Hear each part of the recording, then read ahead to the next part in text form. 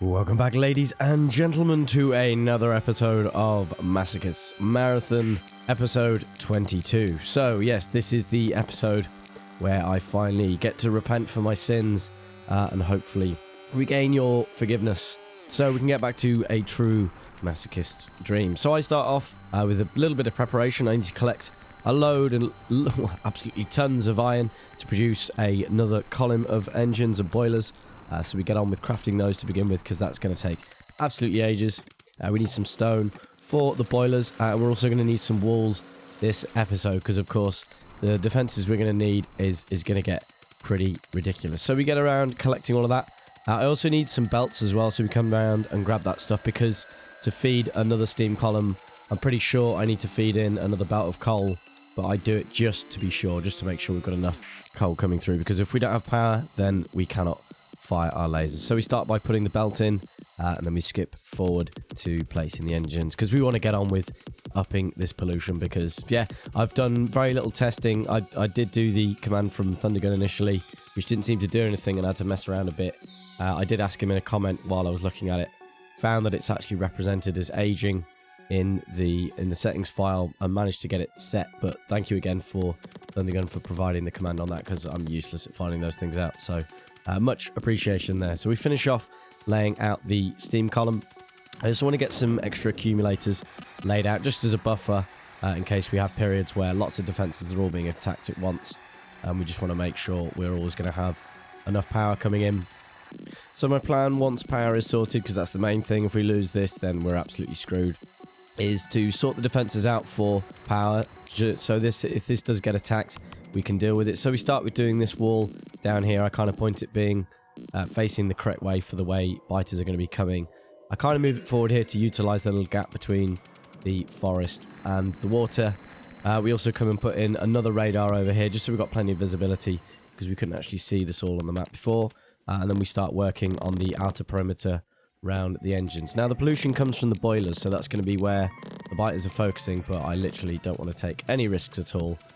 We skip forward to the defense being finished, because we don't want to spend too much time on this at all. So last but not least, I do go and collect some more laser turrets and some accumulators, go and collect a load of batteries, and I just improve the defenses up in that corner as well, because that's going to be probably attacked the most. And I also fill in these here. Hopefully they won't come through the trees, but just to make sure as well. But yeah, we just expand the number of turrets in this corner, because it is the weakest point in the defenses, and if they attack this bit, we want as many turrets as we can engaging, as those behemoths take a lot to bring down. So just before past me says a few words, I do just come and clear this base out, because it is a little bit too close. So past me here, we're about to correct the pollution. So just quickly, I thought I'd show the achievements, because obviously these are going to get cancelled out as soon as we turn the pollution, because we're going to be using console commands. But yeah, this is the pollution right now. If I actually turn it on, so not very much. I also thought I'd turn on the pollution values, so it just makes it clear how much this is going to actually expand. So it did take me a little bit to work this out. We don't want to do 0.1. I just wanted to see if that worked. It's actually settings.pollution.aging, for some reason dissipation in the map. Settings.lure is represented as aging. So anyway, yeah, I want to do that, please. So we do it again, and the pollution expands. It's going to be crazy. I don't know what's going to happen. I've upped the defenses and the power, and the defenses for the power, but we're just going to have to take it as it goes. But it's my own stupid fault for misunderstanding the settings in the first place. So yeah, we're just going to have to see it goes. Hopefully the map doesn't become unplayable, but we shall see. Anyway, on with the game. Next, I want to clear up here and start the green circuits outpost, which is going to go around here. And I want this coal as well, because obviously we're going to be using a lot of coal powering these lasers. Got more accumulators in. Anyway, future me can do all the talking. I'm just going to get on with the playing. I'm just going to turn this off, actually, because that is going to get quite annoying, but we can do it with F5. Look, we've also got the polluted chunks, and you can just see how much that is expanding. It's covering all these. I'm going to have to deal with all this. We're going to need some proper defenses, otherwise this is just going to be silly. Or at least give outposts defenses like this. We're already getting attacks down here at Copperall, though. I think that was fairly regular anyway. We're going to get this cleaned up once it's all finished. I'm just going to leave it until it is actually done. Anyway, like I said, on with the playing. Let's have a look at the power as well. That's going to go pretty mental. That's why I wanted to increase these. Anyway, onwards. Thank you very much, past me. Nicely done. So anyway, on with the episode. So to begin with, it's relatively quiet, but of course it does take a little while for the pollution to properly expand out and show us exactly how much of a problem it's going to be. What I wanted to do first, if you look at the mini-map, or we go on the map there, is clear this area just north of the rail here and get a line in across to the water to stop any expansion down to the smelting area or anything like that. So that was my first plan, and then obviously I was just going to do firefighting because we've got a limited number of lasers. I did pick some at the start. That'll take me a little while to produce. I do double up the production at some point. But yeah, basically, I'm just going to let them attack where they want. I'll have to go and firefight and repair stuff, which is a little bit lazy, but it's to avoid putting in defenses where I don't actually need them and wasting resources. And at the end of the day, we're now established on the map, so resource shortages aren't so much of a thing. I can liberate more resources. And once laser turret damage is finished, they're going to be even better. So we get most of these cleared. We've got one more base to do before I can put the wall in. So we get all these turrets cleared up. I would usually edit out the biter slaying, but it is always nice to have at least some so you can see how I'm doing it. We are getting attacks fairly regularly. But yeah, once I've finished clearing all this up, I do start to head up to go and get that base. We do have some attacks down there. That is yet another area I'm going to have to deal with. We take these turrets out here because they're not really going to be needed anymore. And we start taking out these last two bases here. I did say one base a moment ago, but there's actually two separate neighborhoods, invisible inverted commas there, as I like to call them. I don't know why, but you know, they're kind of nested in groups. And we have our first destruction, and it's in a very, very annoying place. They take out our uranium processing area, so I'm not too much of a drive away. I come in and rescue it, and they have destroyed our chest of 235. I had a look at the start of the episode. We had 12 units of in there, so I was a bit pissed off about that. I probably should have put some turrets in here because this is quite an obviously vulnerable place. And we get another attack already, so I get in what I can to get the process running again. I will expand that area in a little bit. It's just it takes so much resources to do. I'll have an episode where I just go to town on it and we really expand it up. I put some turrets on the edge there because we're bound to get attacked from that direction. And I come down here and try and deal with these attacks. And I didn't quite look exactly where the explosion was. It was actually up in the science production area. This was also getting attacked. But there was one little biter coming in here and just having a nibble away. And he only managed to blow up, I think, a power pole and then damage a load of other stuff. While we're firefighting, we have the next big attack, which is up at Oil Outpost 2. And I take a very stupid route, drawing a load of biters into the factory, which was very, very stupid, which gives the biters up at the Iron Outpost a chance to destroy a load of stuff. Is this Iron Outpost 2? I'm severely getting all the numbers mixed up again. And again, I draw a load of biters into the track, which does cause us more problems later on. So we come up and save the Iron Outpost, dealing with the biters there. You could just see how long it took them to deal with that behemoth there. So we really need that damage upgrade. It would be nice to have some flamer turrets, but you know, you need fuel and all that. So we got on with fixing the Iron Outpost. Almost finished clearing. We get rid of most of the miners, checking on the power there, and we have another attack. Those defenses down there just getting overwhelmed. They were never designed to deal with these kind of attacks. They were always anti-caravan defenses, as I like to call them. You know, efficient for stopping expansion, but not really good enough for dealing with actual attacks. We get in the train. A lot of biters too near the track there for my liking. And we get yet another attack at the smelting that I noticed on our way down to go and sort those other defenses. So it's all a bit much. The alarm repeating there, not actually telling us. Luckily, I had 4 steel smelters on me, so we got there just at the right time, nearly losing that one down at the bottom. So we get this all fixed up. I have enough on me to get it all going. Don't know where these biters came from because I thought we dealt with the biters north of here.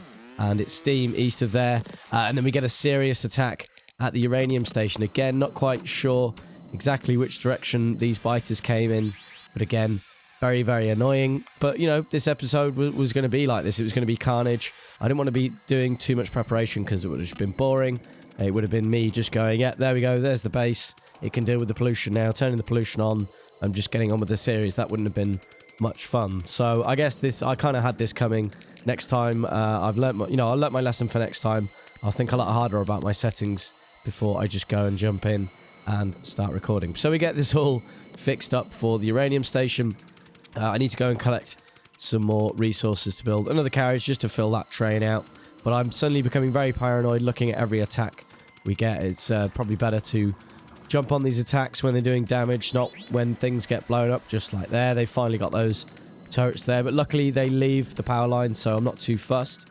So that's the uranium train all sorted. I also come and sort out a uranium 235 filter because I didn't actually get time to do it due to the attacks. Hopefully we won't lose any more of the 235, but like I said earlier, I will expand that production. And there's a lot of crashing into pipes this episode and other various things, because I'm just, frantically driving around, trying to sort stuff out. And I finally get to come down and deal with these bases here. And I want to try and put stuff in so that this area doesn't get populated again. I think it got populated from the south, so that's my guess.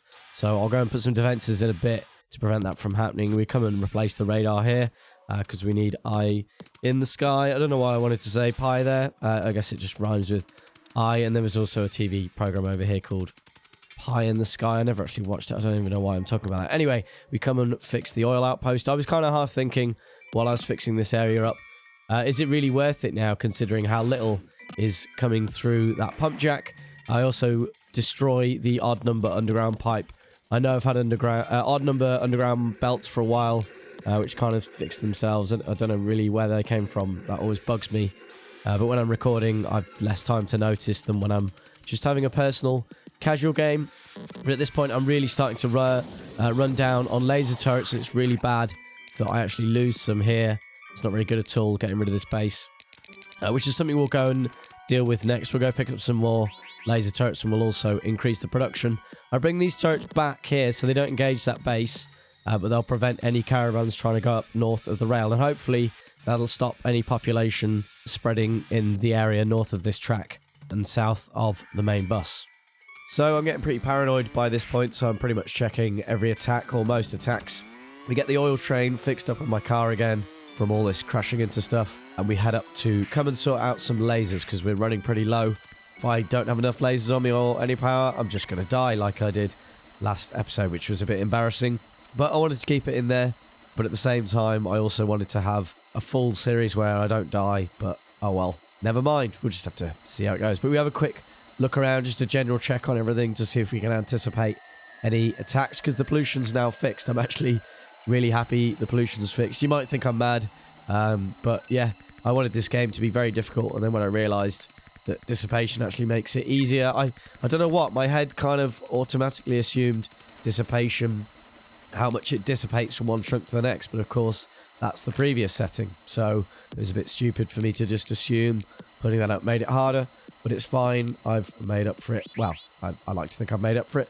But we double up the laser turret production, but there's a horrible attack on the rail. The iron train gets completely stopped by the biters. They take out a whole locomotive and a carriage. Luckily, the rest of the train is there, so we managed to rescue that. We do lose a couple of turrets there dealing with those biters. But yeah, we've got enough engines on us and materials to make a locomotive and a carriage. So we get the train all fixed up and sorted, get the colours copied over, and we get the train back on its way. So I'm really, like I said, I'm really happy the pollution's fixed. It's obviously going to make the game a lot harder, but that's the whole premise of this series, and that's how I like to play my games. So I like to play on the hardest difficulty, at least that I can play on, because that's the best way you're going to get better at a game. You're not going to get better if you just play on easy all the time. So that's always been my philosophy with difficulty. So, and I enjoy it as well. I enjoy a challenge and getting better at games. So yeah, I'm kind of happy it's fixed. You might think I'm a little bit mad. So anyway, we get that base cleared out the way because it was a bit too close to the tracks.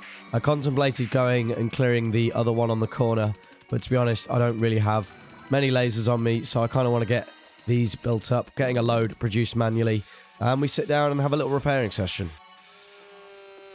So now we can finally get in this line of turrets I wanted to put in ages ago. Now we've done a bit of firefighting. This will hopefully stop any expansion coming down from the north. But yeah, this is generally how I'm going to have to deal with this pollution for now. Just doing firefighting, putting in crude defenses in places where they're going to attack, which I know isn't ideal, but I don't really want to go and put in a huge perimeter wall all around the factory. A, because it's going to take ages, but that's not really a problem. I can edit it down. It's mainly resources and the fact that everything's really expensive. I just don't have the resources to build that many laser turrets quick enough. So at the moment, I'm just going to firefight like this until I have a much more effective method of clearing the Red Sea. Then we can start to really push out to some bottlenecks and clear a nice area, because I prefer that to having a wall around everything. We finally checked the evolution because I've been forgetting to do it loads. It's at 0.92 now, so very soon it's just going to be pure behemoths, or at least close to pure behemoths. I don't know if it ever goes 100% just behemoths, but yeah, it's going to be very difficult. So we desperately need that laser turret damage upgrade. It's going to be great. It's going to make things a lot better. So yeah, I'm just going to have to keep putting in these anti-expansion defenses, let's say. I use them a lot in the Bobs playthrough. I guess I'm a bit OCD with how these defenses go out, but it's just to stop expansion.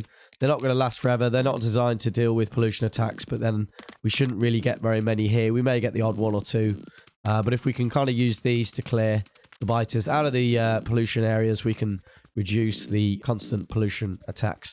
And for some reason, I checked the evolution a second time just to make a double sure. I did check it and have it in the recording.